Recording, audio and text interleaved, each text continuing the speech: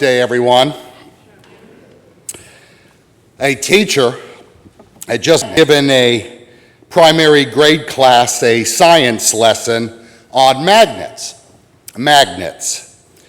And in the follow-up test, one question read, "My name starts with M, has 6 letters, and I pick up things. What am I?"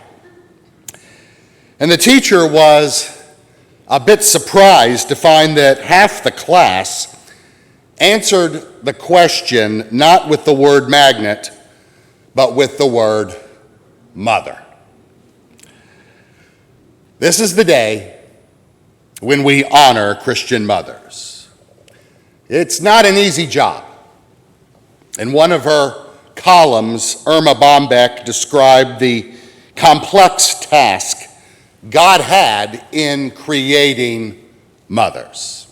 After all, he had to build a creature who would run on black coffee and leftovers, have a kiss that can cure anything from a broken leg to a disappointed love affair, have 6 pairs of hands and 3 pairs of eyes.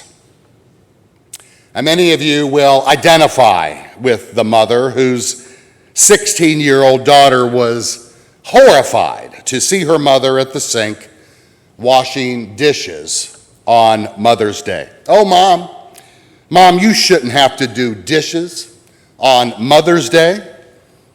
And clearly touched by this thoughtfulness, the mother began to take off her apron and give it to her daughter. And the daughter added, "Mom, they'll keep till tomorrow."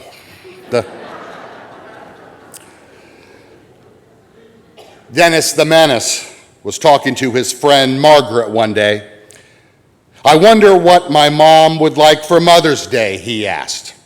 And Margaret answered, "Well, why don't you promise to go to bed when she tells you to, keep your room cleaned up, eat all your vegetables at dinner, even brush your teeth after eating and wash your hands before?"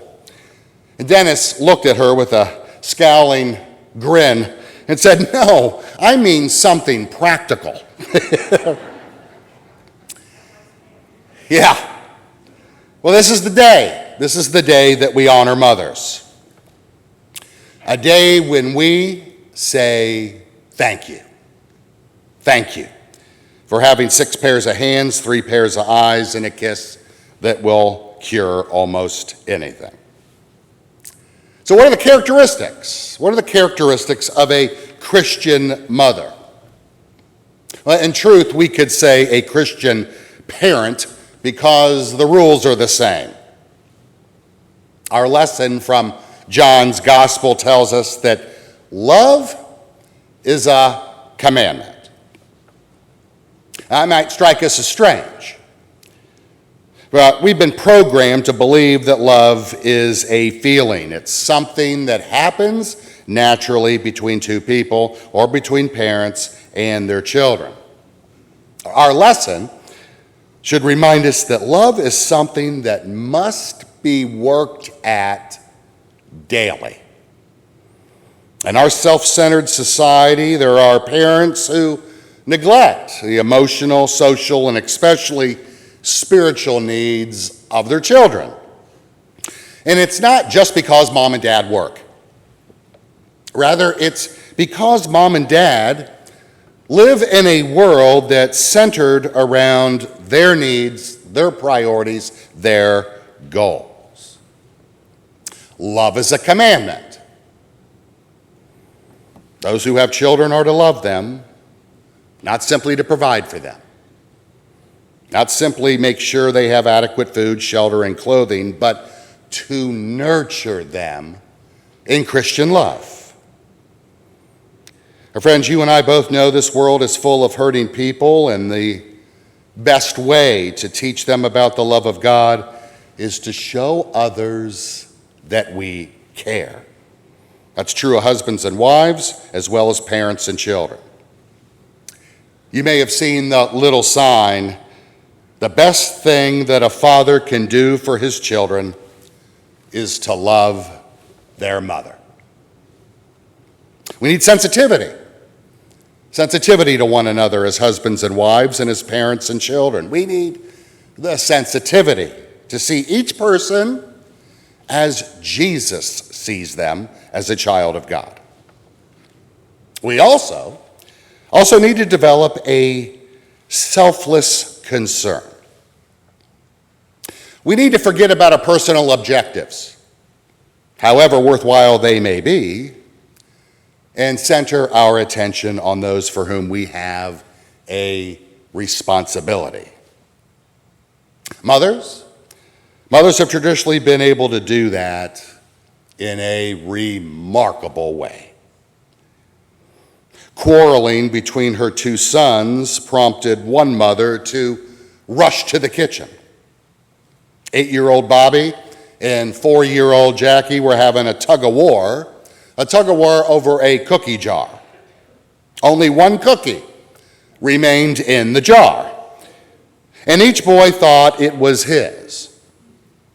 And taking the cookie jar from the two youngsters, the mother calmly announced, "I'll solve the problem for you. I'll eat the last cookie myself." The boys looked up at their mother in sheer disbelief. And then the 4-year-old, with a mischievous grin on his face, said, "Oh, no, you won't, Mom. Who ever heard of a selfish mother?" I'm grateful for mothers. Grateful for mothers who can forget themselves because of their love for their children. We need dads like that as well. I know that the concept of sacrificial love is not popular right now, to be sure. We are the me generations, I guess I should say generations. How important it is for a growing child to know my mom and dad love me so much that they would do anything for me. What a source of security that is. A 3-year-old climbed into her mother's lap and said, "Mommy, I love you." And as she felt her mother's face and touched her mother's nose, she said, "I love your nose, Mommy." She said the same thing about her mother's ear, about her mother's chin, her cheek, her hair. And finally she said, "Mommy, show me your heart." Her mother hesitated for a moment and then said, "Honey, look into my eyes and see what you can see. Look way down deep." The little girl got real close and looked intently into her mother's eyes. And then she said, "Mommy, I can see way down. And the only thing I can see is myself." Now that's the kind of love. That's the kind of love for which every child hungers. Make no mistake about it. Such selfless concern is ultimately rewarded. In his book, An Open Road, Richard Evans writes, "A certain woman was heard to say, as she observed a manly young man, 'I would give 20 years of my life to have such a son.' And the mother of the young man was heard to say, 'That's what I have given, 20 years of my life to have such a son.'" Now, where could we better invest for the future, friends, than in our families? A strong sense of character. Character is also vital to Christian parenthood. That's a word that has come into prominence lately. Character. That's because we recognize that something has been lost in our society. something very precious, something essential.